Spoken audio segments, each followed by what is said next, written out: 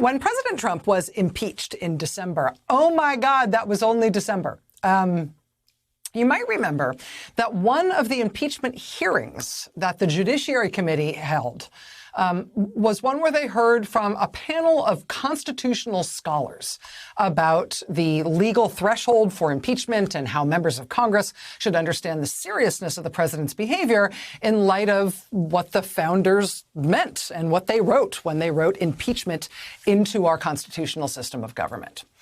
One of the scholars that Congress heard from in those hearings is Pam Karlan, Professor Pam Karlan, who's a sort of legal superstar from Stanford Law School.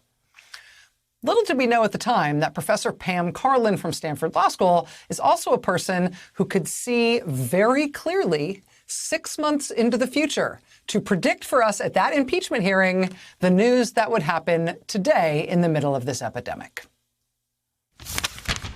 The list of impeachable offenses that the framers included in the Constitution shows that the essence of an impeachable offense is a president's decision to sacrifice the national interest for his own private ends. Imagine living in a part of Louisiana or Texas that's prone to devastating hurricanes and flooding.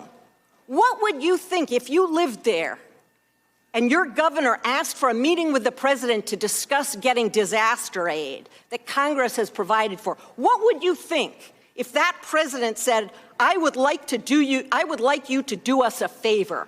I'll meet with you and I'll send the disaster relief once you brand my opponent a criminal? Wouldn't you know in your gut that such a president had abused his office, that he'd betrayed the national interest, and that he was trying to corrupt the electoral process? I believe that the evidentiary record shows wrongful acts on that scale here.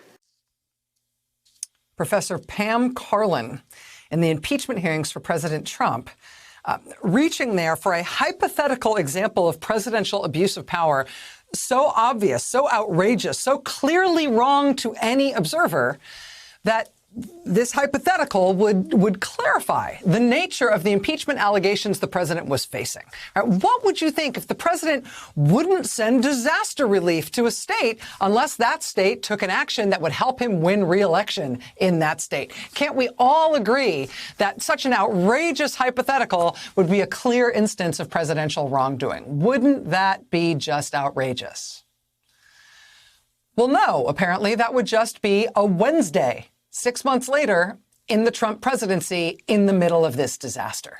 Because today, President Trump really did threaten the state of Michigan that he would hold up funding to the state unless that state stopped preparations to vote by mail in the next election, because the president has decided he doesn't like people being able to vote by mail. He randomly calls voting by mail illegal, says it's illegal for Michigan to send out absentee ballot applications to voters. It's not at all illegal. But after declaring it illegal, the president then says he will cut off Michigan's federal funding if they keep doing it. It should be noted that this happened today on a day when not only is Michigan dealing with one of the worst death tolls in the country in the coronavirus catastrophe right now, they are also dealing, since yesterday, with catastrophic flooding in the central part of the state. So, shame about what's happening in your state. Make it harder for people to vote in the next election, or I'll cut off all federal funds that you're getting. Soon thereafter, the president also accused the state of Nevada of acting in some mysteriously illegal fashion by also planning vote-by-mail options for the next election. The president also threatened to cut off their federal funding unless they stopped making those plans.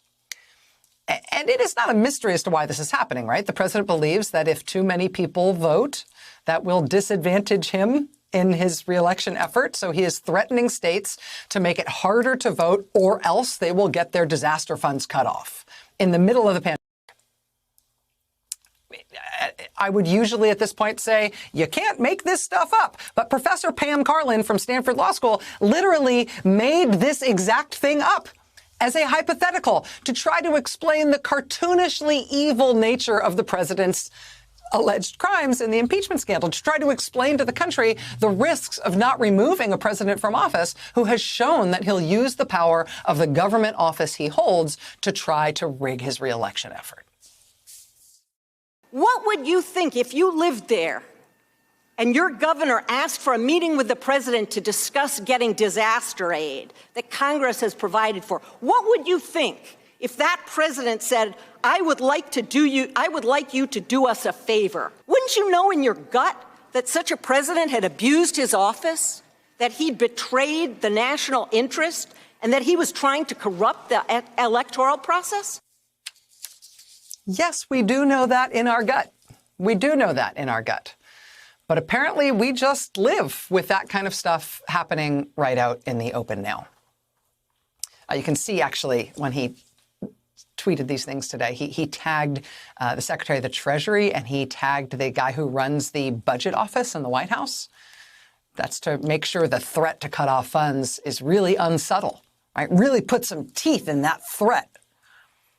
Professor Pam Karlan speaking 6 months ago, warning us of this in a hypothetical designed to portray cartoonishly evil and impeachable behavior by a president. And then he just lives up to it.